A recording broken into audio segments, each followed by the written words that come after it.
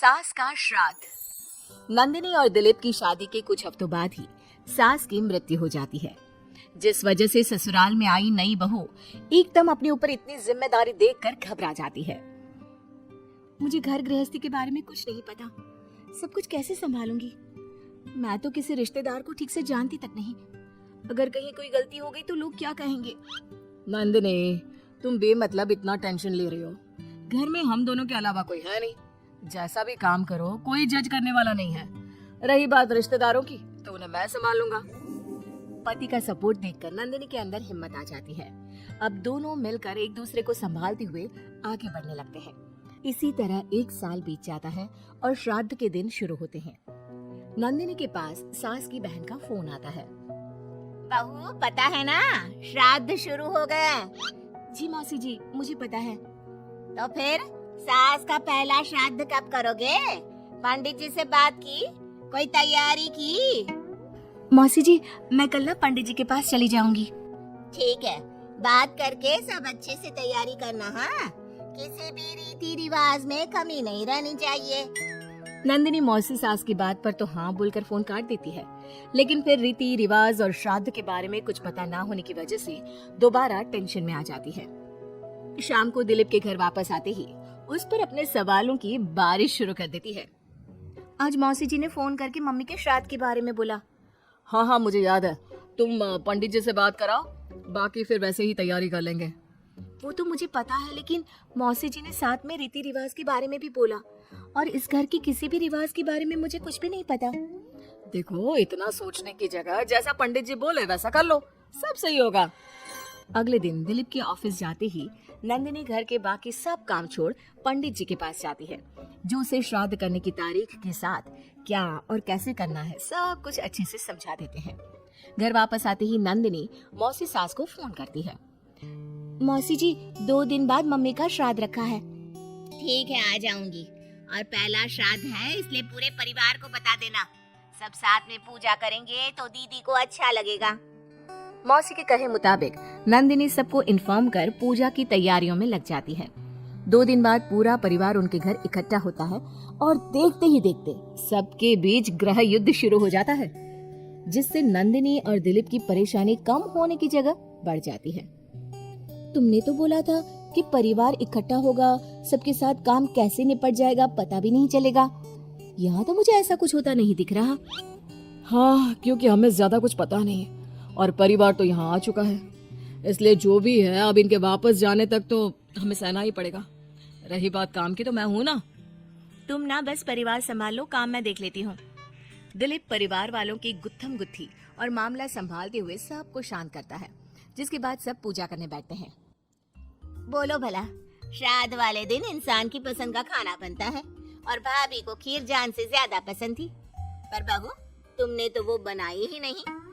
Actually मुझे खीर बनानी नहीं आती, कुछ खराब हो जाता तो बहुत नुकसान होता, इसलिए नहीं बनाई। लेकिन बाजार से मंगवाई है, कुछ देर में आ जाएगी।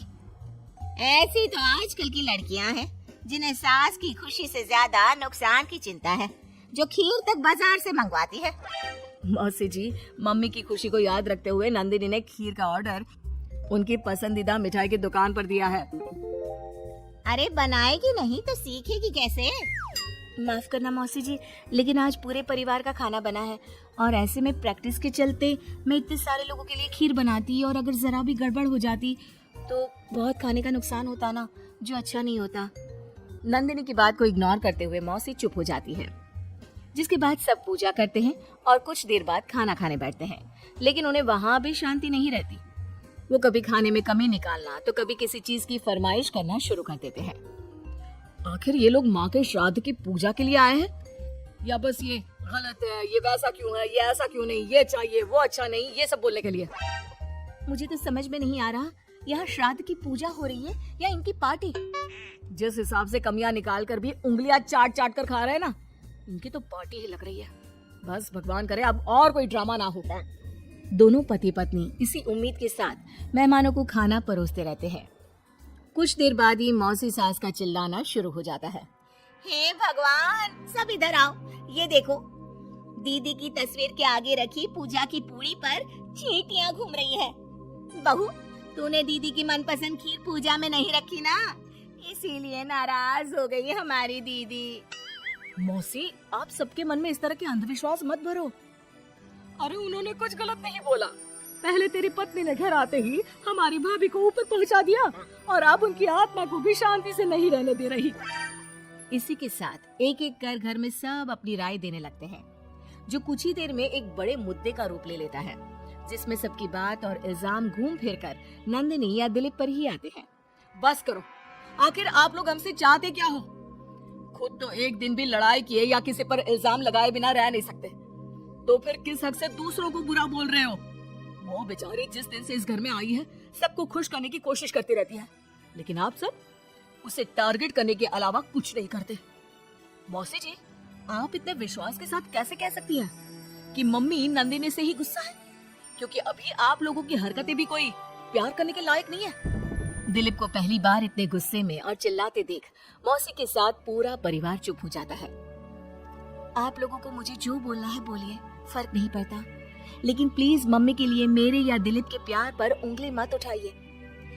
माफ करना पर यकीन नहीं होता, एक ही परिवार में लोगों के बीच इतनी कड़वाहट कैसे हो सकती है? सब एक दूसरे को नीचा दिखाने का मौका ढूंढते रहते हैं, सबको दूसरों में कमियां निकालनी है। क्यों? रही बात चींटियों की, तो बस वो तो पूड़ी पर रखी चीनी ले जा रही है, आखिर उन्हें भी तो अपने खाने का इंतजाम करना है। नंदिनी और दिलीप की बातें सुन परिवार में सन्नाटा छा जाता है। सबको अपनी गलती का एहसास होता है, लेकिन गलती ना मानने का गुरूर उन्हें आगे कुछ भी बोलने से रोकता है, जिसके चलते धीरे धीरे सब चुपचाप उठकर अपने घर जाने लगते हैं। अरे सारे कहाँ उठकर चल दिए? बेशर्मो, अब भी तुम्हारे अंदर इतनी शर्म नहीं आई कि एक सॉरी बोल दो? हमने बहू को न जाने कितना परेशान किया, फिर भी उसने पलट कर किसी को कुछ नहीं बोला। नंदिनी, हमें माफ करना, इस साल तो हमारी वजह से सब खराब हो गया, पर वादा करती हूँ अगले साल सब इस परिवार का नया रूप देखेंगे। फिर मैं भी वादा करती हूँ कि अगले साल सबको अपने हाथ की बनाई बढ़िया खीर खिलाऊंगी।